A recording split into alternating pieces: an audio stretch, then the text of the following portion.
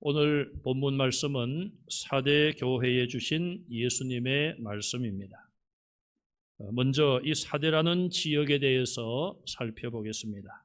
사대는 두아디라에서 동남쪽으로 약 48km 정도 떨어져 있는 곳에 있습니다.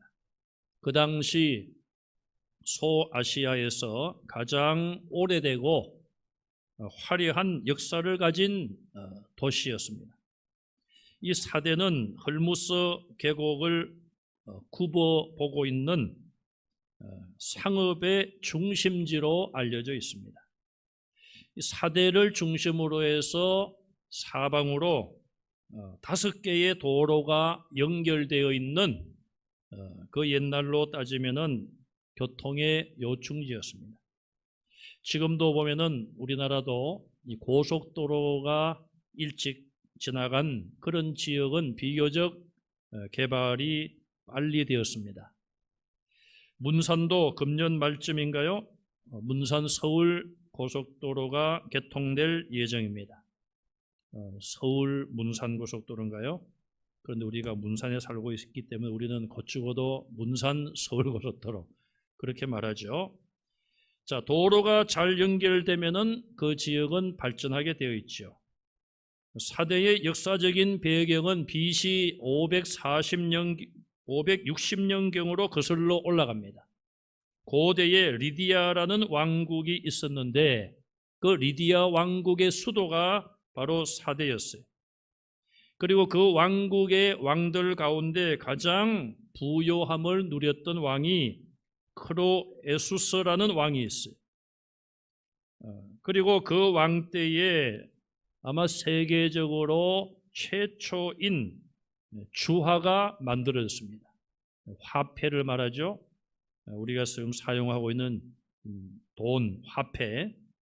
옛날에는 종이돈이 나오기 전에 주화가 먼저 나왔는데 아마 세계적으로 가장 먼저 주화를 만들어서 화폐를 통용했다고 알려져 있습니다. 본문에 보면은 눈에 띄는 단어가 나옵니다. 2절과 3절에 일깨지 아니하면 일깬다 이런 단어가 나오고 있어요. 이 말은 달리 표현하면은 깨어 있어라 그런 뜻입니다. 자, 이 깨어 있어라는 이 단어와 역사적인 관련된 사건이 그 지역에서 있었습니다. 자, 이 사대성은 높은 산지대에 위치해 있었어요. 그래서 그 성을 둘러싸고 있는 그 모든 환경이 아무나 그 성을 점령하기 어려운 자연적인 요새였다고 합니다. 난공불락의 그런 성으로 유명했다고 하죠. 고레스 왕이 그 성을 공격을 해왔는데 너무나 지리적으로 점령하기 어려운 그런 성이었기 때문에 모든 부하들에게 특별상을 제시했다고 합니다. 저 성을 점령하는 자에게 큰 상을 내리겠다는 약속이죠. 그 군인들 가운데 히에로 에데스라는 사람이 있었습니다. 그 사람의 이름이 알려지는 걸 보니까 그 사람의 공이 큰 것이죠. 자, 이 히에로 에데스라고 하는 이 병사가 그 사대성을 관찰을 밤낮으로 했다는 거예요. 어떻게 하면 저 성을 빨리 점령을 하고 우리가 전쟁에서 승리도 하고 상도 받을 수 있을까?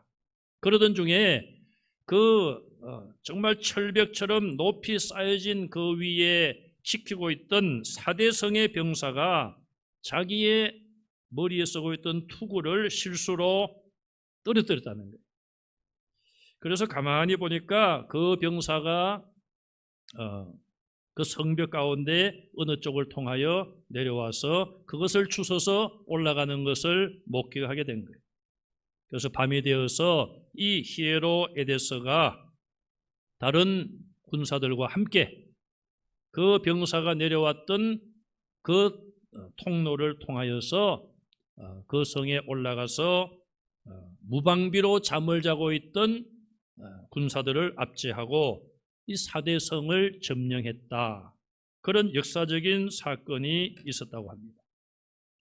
그래서 그 4대 성을 지키고 있던 군사들, 성이 정말 요새요, 적이 도저히 침범할 수 없다, 그런 자신감 때문에 밤이 되었지만은 잠을 자고 지키지 아니하다가 결국 적에게 성이 점령당한 것이죠. 그래서 예수님은 그 모든 역사적인 사실을 모르실 리가 없고, 그 역사적인 사실을 전하여서 이미 알고 있는 사대에 있는 성도들에게 깨어 있어라, 깨어 있어라, 그렇게 경고의 말씀을 하고 있습니다. 자, 이 4대 도시라는 곳은 앞서 말씀드린 것처럼 상업의 중심지였어요. 상업이 활발하면은 아무래도 그 지역에 물자가 풍성하고 부자들이 많이 있는 것이죠. 물질적으로 풍요로움을 누렸던 그런 지역입니다. 그런데 오늘 본문을 쭉 보시면은 아마 4대 교회와 교회에 속한 성도들도 그런 부를 누렸던 것 같습니다. 오늘날로 말하면은 서울의 강남에 있는 큰 교회였다, 그렇게 비유할 수가 있겠죠. 두 번째로 이 4대 교회는 양모 산업이 발전했어요. 그래서 이 양모로 옷을 만들고, 비싸죠 옷이. 그런데 오늘 본문에 보시면은 그런 내용이 나오죠. 자기들의 옷을 더럽히지 아니한 몇 사람이 있다, 또 내가 흰 옷을 입고 나와 함께 있게 하리라. 이 양모 산업에 그걸 통하여 돈을 많이 벌고 또 비싼 옷을 입고 있는 4대 지역의 교회와 성도들에게 옷에 대한 말씀을 예수님이 또한 하고 계십니다. 세 번째, 이 4대 교회 역시 로마 황제 숭배를 힘썼던 그런 지역으로 알려져 있습니다.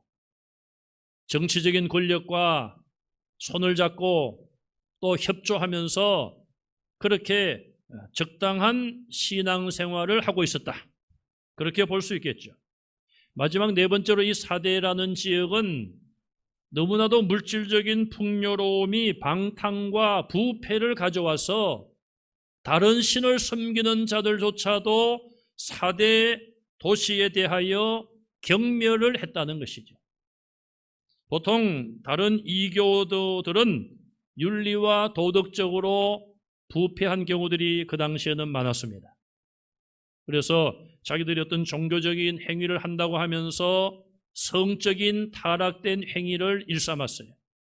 그런 이교도들조차도 저 4대 성은 너무나 부패했다, 그렇게 경멸을 받던 그런 지역이 바로 4대였고, 그 안에 4대 교회가 있었던 것입니다. 그럼 두 번째로 우리는 4대 교회에 나타나신 예수님의 모습을 1절에서 볼 수 있는데, 그 예수님의 모습은 첫째로 하나님의 7 영을 가지신 분으로 나와 있습니다. 7은 완전수라고 우리가 이해하고 있습니다. 하나님께 속한 완전한 영, 하나님의 영이요, 그리스도의 영이요, 우리가 익히 이해하는 성령님이시죠. 성령 하나님. 그 하나님을, 성령 하나님을 예수님이 가지고 계신다, 이렇게 표현하고 있습니다. 요한복음 14장 16절에 보면 예수님께서 하나님께 구하여 보혜사를 우리에게 보내주시겠다고 말씀하고 있습니다. 또 14장 26절에 내려가서 보면 아버지께서 예수 그리스도의 이름으로 성령을 보내신다고 말씀하고 있습니다. 요한복음 16장 17절에 보면은 예수님께서 사랑하는 제자들을 떠나야 되는 이유에 대해서 말씀하시면서 내가 가야지만 성령을 너희에게 보내준다, 그렇게 약속하고 있습니다. 그러므로 주님은 그 모든 말씀대로 하나님의 영, 성령님을 우리에게 보내주시는 분이십니다. 그 다음에 두 번째는 7 별을 가지신 분으로 나와 있습니다.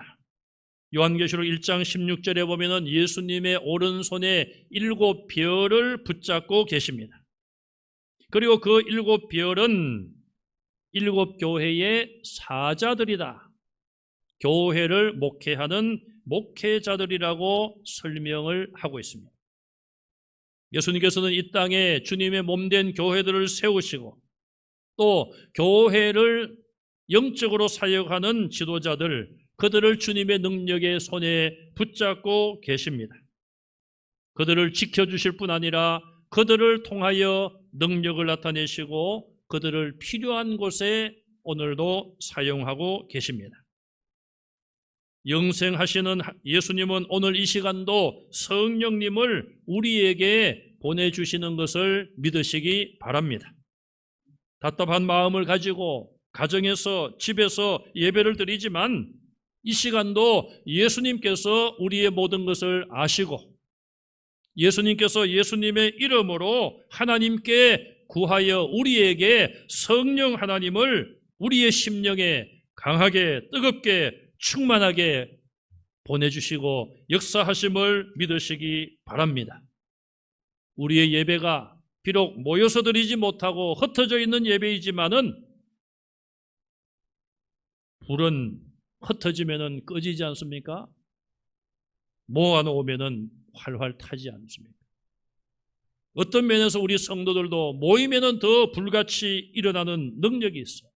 그러나 우리는 흩어지면 나무에 붙은 불이 꺼지는 그런 것이 아니라 흩어져 있어도 성령께서 각 사람 한 사람에게 역사하시기 때문에 우리는 내가 있는 자리에서 성령 충만한 삶을 살 수 있음을 믿으시기 바랍니다. 그래서 우리가 외롭게 찬송하고 외롭게 기도하고 또 하나님의 말씀을 묵상할 때라도 예수님은 우리에게 성령을 보내주셔서 우리의 심령에 성령의 뜨거운 불이 일어나기를 간절히 소망합니다. 성령님께 붙잡힌 성도는 그 무엇도 두려워할 이유가 없는 것입니다. 우리 믿음의 선진들, 요한계시록이 기록되었던 그 당시의 초대교회 성도들은 어떤 어려움을 겪었습니까? 예수 믿는 것 때문에, 예수 이름 전하는 것 때문에 불 속에 던져지기도 했고 칼에 맞아 죽기도 했습니다. 뉴스에 보니까 북한의 김정은이가 자기 공호부 장성택을 처형을 했는데 참수를 해서 목을 베어가지고 몸 위에다가 목을 올려놓고 공산당 간부들이 지나가면서 다 보게 했다. 그런 뉴스를 여러분 보셨죠? 참 얼마나 지금 시대에 참 우리의 동족들이 그런 일을 지금 벌이고 있는 거예요. 뭐 지금은 그렇다 치고요. 옛날에 그 옛날에 1900여 년 전에 이미 칼의 공격을 받았어. 죽기도 하고. 조롱과 채찍질 뭐 이런 건 아무것도 아니죠. 결박을 당하고 옥에 갇히고 돌에 맞아 죽고 톱으로 살아있는 사람을 켰어요.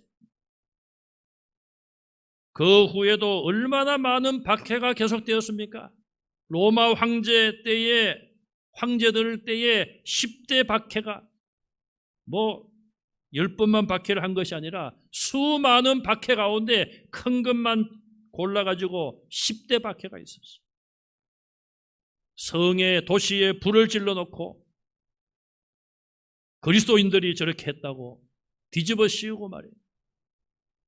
많은 시민들이 모인 콜로세움 원형 경기장에 짐승을 풀어놓고 사나운 짐승을 풀어놓고 성도들이 그 짐승의 밥이 되게 하고 그것을 로마의 황제나 로마 시민들은 그걸 보면서 웃으면서 온갖 조롱을 다 하면서 너희가 믿는 하나님, 너희가 믿는 예수가 있으면은 너희를 한번 살려보라.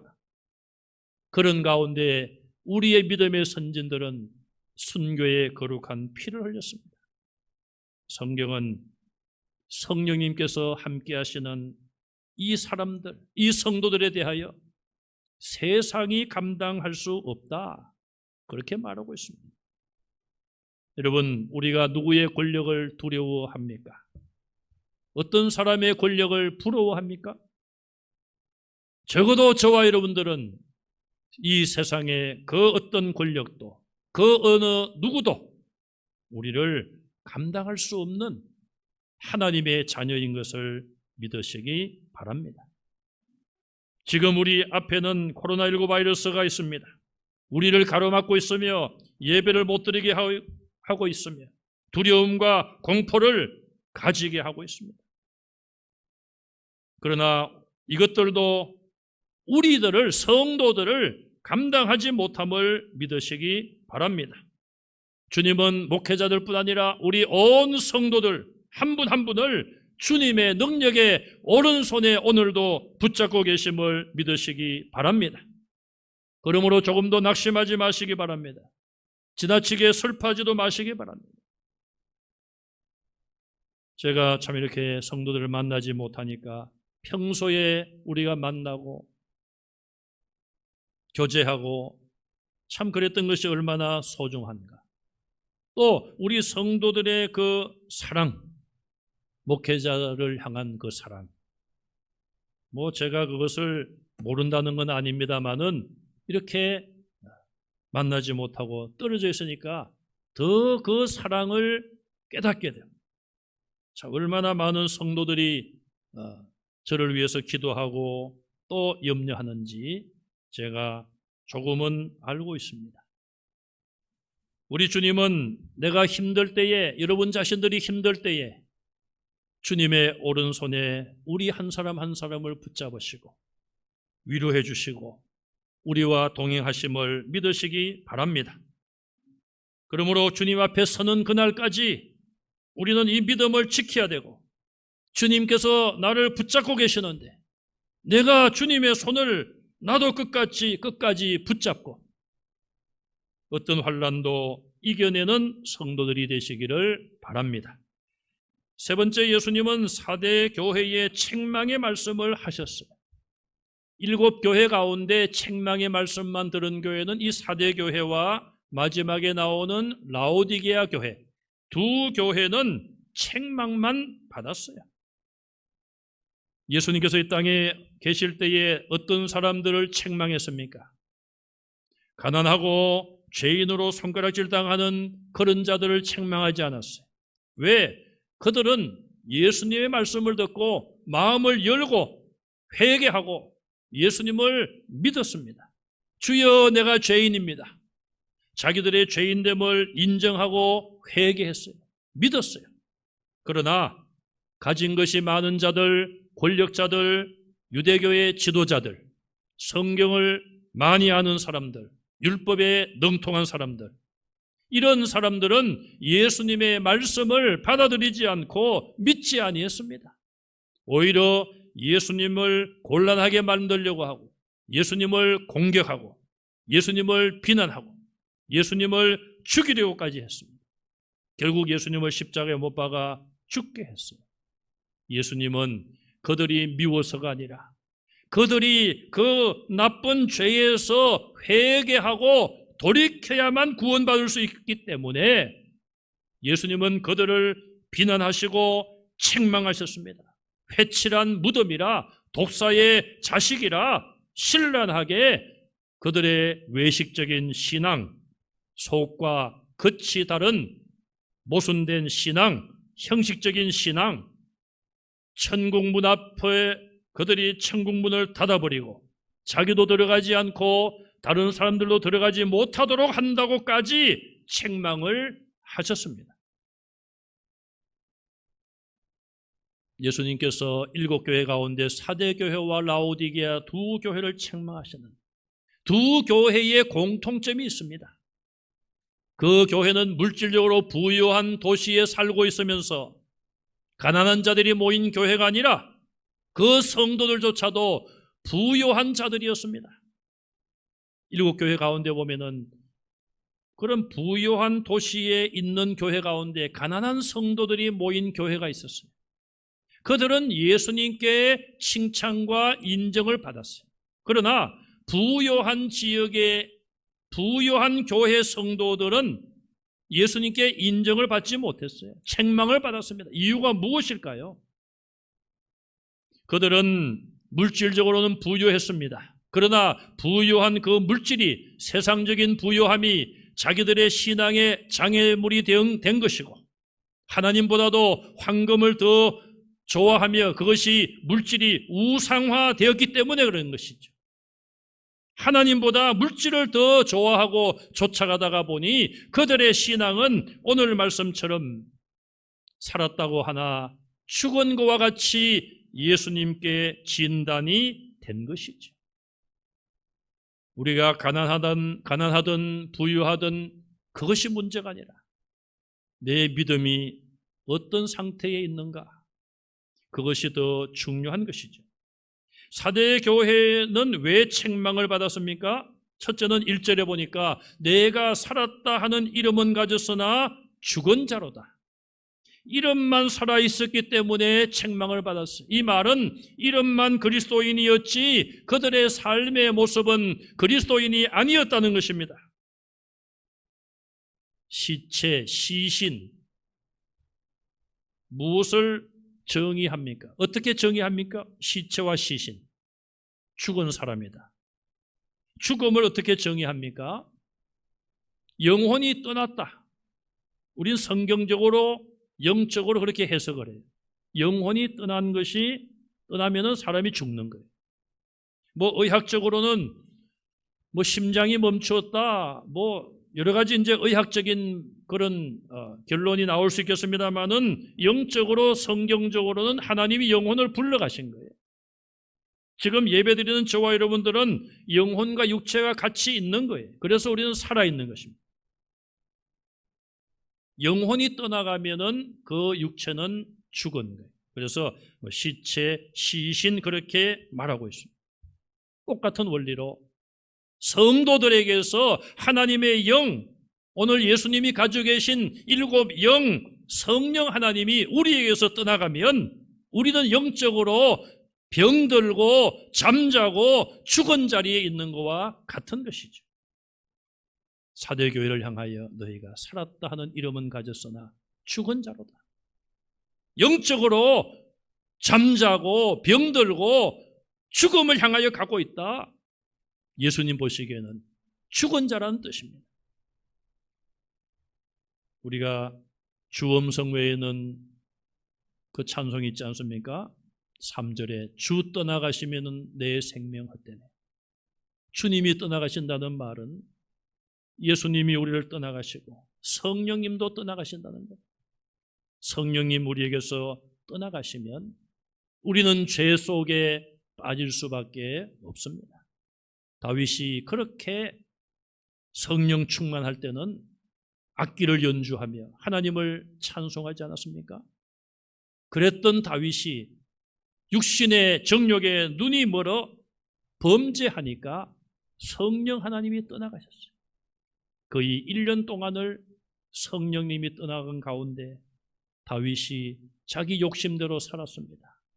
그러나 결과적으로는 가진 것, 얻은 것은 아무것도 없었고, 옥의 티라고 할 정도로 그 사건만 없었으면 정말 다윗은 지금보다 더 존경받을 인물로 성경에 기록될 텐데 그렇게 되지 못한 것이죠. 저와 여러분들에게서 성령 하나님의 역사가 떠나지 않도록 우리를 정결케 하고 성령 하나님과 동행하는 여러분들 되시기를 바랍니다. 두 번째로 사대교회 성도들은 온전한 행위가 하나도 없어서 책망을 받았어요. 오늘 예수님은 그 교회를 향하여 너희에게 온전한 행위가 있는지 내가 살펴보아도 없다, 그렇게 말씀하고 있습니다. 다른 5 교회를 보면은 그들에게 행위가 있었습니다. 믿음의 실천이죠. 또 그들이 믿는 믿음이 있었어요. 사랑과 섬김과 인내, 이런 것들이 대부분 교회들에게 있었는데 이 사대교회와 라오디게아 교회에는 칭찬받을 만한 온전한 행위가 하나도 없었습니다. 청년 요셉은 아무도 보지 않는 장소에서 주인의 부인으로부터 성적인 유혹을 당했습니다. 요셉은 그 당시 피가 끓는 청년의 나이였지만 믿음과 거룩함을 행동으로 지켜냈습니다. 그것이 바로 하나님 보실 때의 온전한 행위였어요. 그래서 우리 성도들은 외국이나 낯선 지방에 혼자 출장을 갔을 때도 온전한 행동을 해야 돼요. 결혼한 후에는 별다른 이유가 없다면, 특별한 이유가 없다면 혼자 여행하는 것을 하지 않아야 됩니다. 혼자 놀려면 결혼하지 말아야지. 결혼하고도 나 혼자 하겠다, 나 혼자 놀겠다, 이거는 잘못된 것이죠. 물론 결혼하지 않고 혼자 살아가는 분들도 우리는 하나님 앞에 온전한 행위를 지켜야죠. 외국에서 포로로 잡혀가서 어려운 여건 가운데서도 총리가 된 다니엘, 바벨론이라는 나라가 얼마나 큰 나라입니까? 바벨론 제국이에요. 바벨론 제국. 수많은 인재들도 있었을 것인데 다니엘은 그 가운데서도 가장 뛰어난 지혜를 가지고 있었어요. 당연히 바벨론 본국 출신 인재들이 얼마나 이 다니엘을 시기하고 질투했겠습니까? 그래서 허물을 찾아보려고 눈에 불을 켜고, 눈에 무슨 불을 켰는지 몰라도 눈에 불을 켜고 그냥 눈에서 막 불이 나올 정도로 이 다니엘의 허물을 하나라도 찾아내려고 한 거 아니겠어요? 우리말에 틀어서 먼지 안 나는 사람 없다고 그랬는데 다니엘은 아무리 틀어도 먼지가 안 나왔어요. 고발할 아무런 근거와 허물을 찾지 못했습니다. 바로 이것이 온전한 행위예요. 우리 그리스도인들이 이 세상 속에서, 이 사회 속에서 좀 이런 믿음의 선진들의 본을 따라가면 좋겠어요. 국회의원들이나 정치 지도자들이나 우리나라 각계각층의 사회 속에 있는 지도자들, 정말 주님 앞에 온전한 행위로 살아가면 좋겠습니다. 야고보서 1장 22절에 말씀을 듣기만 하는 자는 자기를 속이는 자라고 그랬습니다. 아무리 들어도 실천하지 못하면 자기 양심과 자기 믿음을 속이는 자가 될 수밖에 없어요. 야고보서 2장 14절, 17절, 20절에 행함이 없는 믿음은 아무런 유익이 없고 그 자체가 죽은 것이며 헛된 것이라고 말씀하고 있어요. 야고보 2장 24절에는 사람이 행함이 있어도 의롭다함을 받지 못한다. 사람이 행함도 있어야 의롭다함을 받는다 그랬어요. 행함이 없는 것은 의롭다함을 받지 못하는 거예요. 오늘 나의 직분은 무엇입니까? 나는 무엇으로 불리고 있습니까? 저는 목사로 불리고 있습니다. 성도들이 목사님, 또 제가 목사인 걸 아는 분들도 목사님, 그렇게 부르고 있습니다. 자, 그 불려지는 직분의 이름이 과연 이름만 살아있는 것인가? 아니면 목사로서 바르게 살아가고 있는가? 우리 주님은 그것을 보신다는 거예요. 네 번째로 주님께서 사대 교회에 주신 회복의 말씀이 있습니다. 그러면 이렇게 지금 죽어 있다고 예수님께로부터 책망받은 이 사대 교회와 성도들은 어떻게 하면 다시 살 수 있을까요?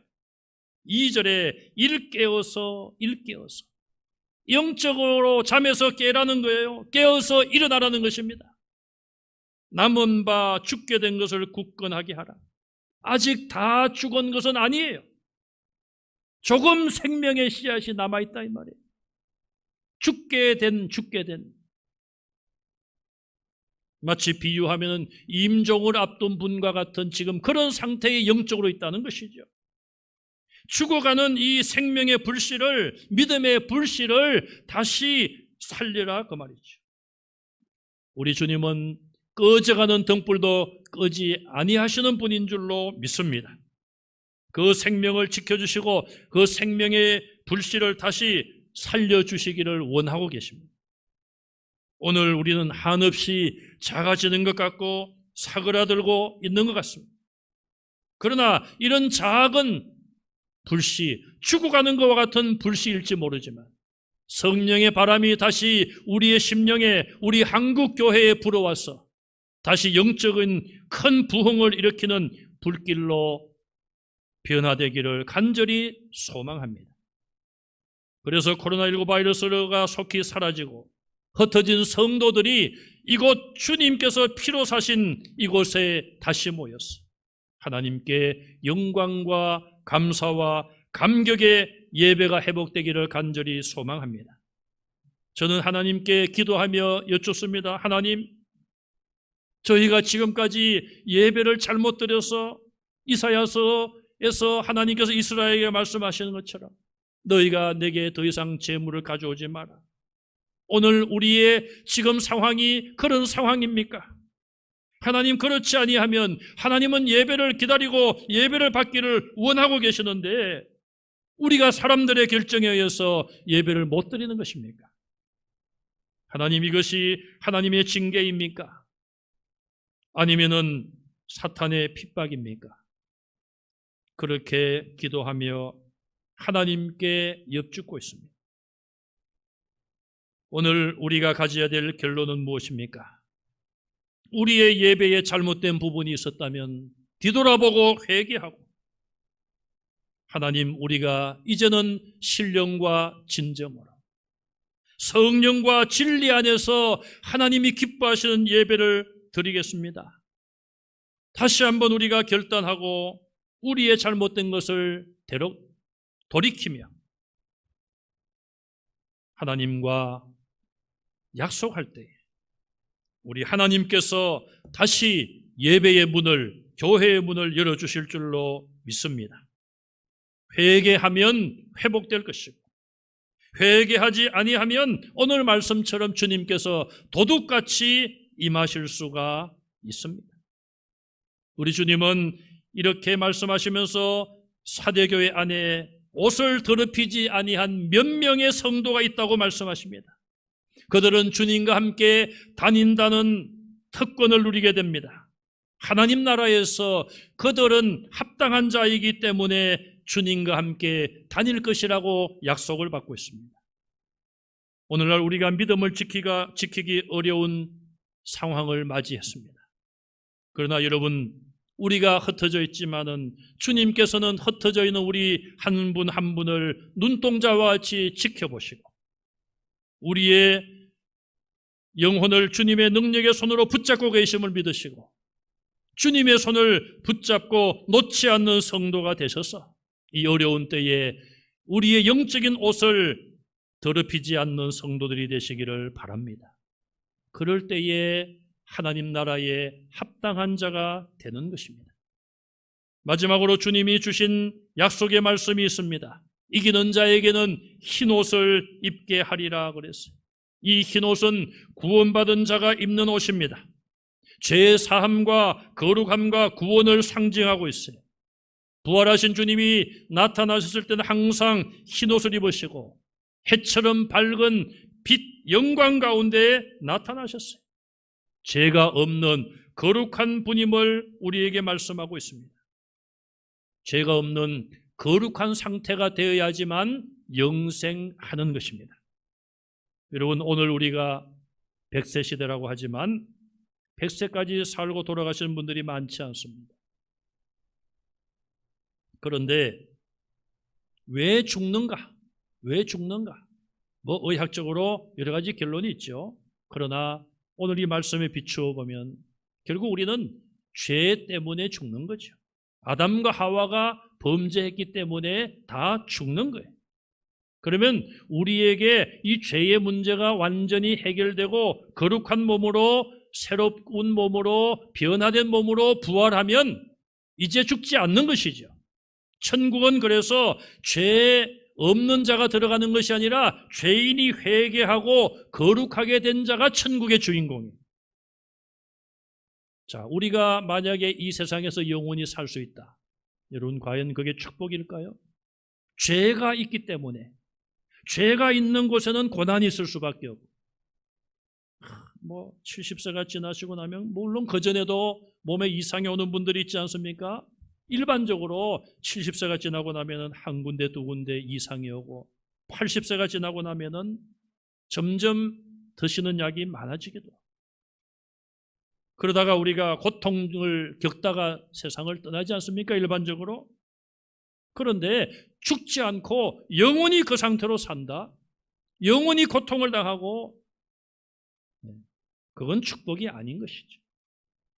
진정한 복은 우리에게서 죄의 문제가 해결되고 거룩한 하나님의 형상이 회복되어 천국에서 영원히 사는 것, 그것이 진정한 하나님의 축복임을 믿으시기 바랍니다. 우리나라는 지금 권력자들의 비리 때문에 얼마나 나라가 계속해서 시끄럽고 말이 많습니까? 자, 이런 부정과 부패가 없는 세상, 그런 나라는 아무 데도 없습니다. 우리는 이런 일들이 어제 오늘의 문제가 아닌 것을 이미 알고 있습니다. 부패한 사람들이 사는 이 세상에는 계속 그런 문제들이 이어질 수밖에 없어요. 어쩌다가 밝혀지고 드러나니까 문제가 된 것이지, 밝혀지지 않은 가운데 특권과 반칙, 부정과 부패는 있는 것이죠. 우리가 그걸 이상한 일로 놀랄 일도 아니에요.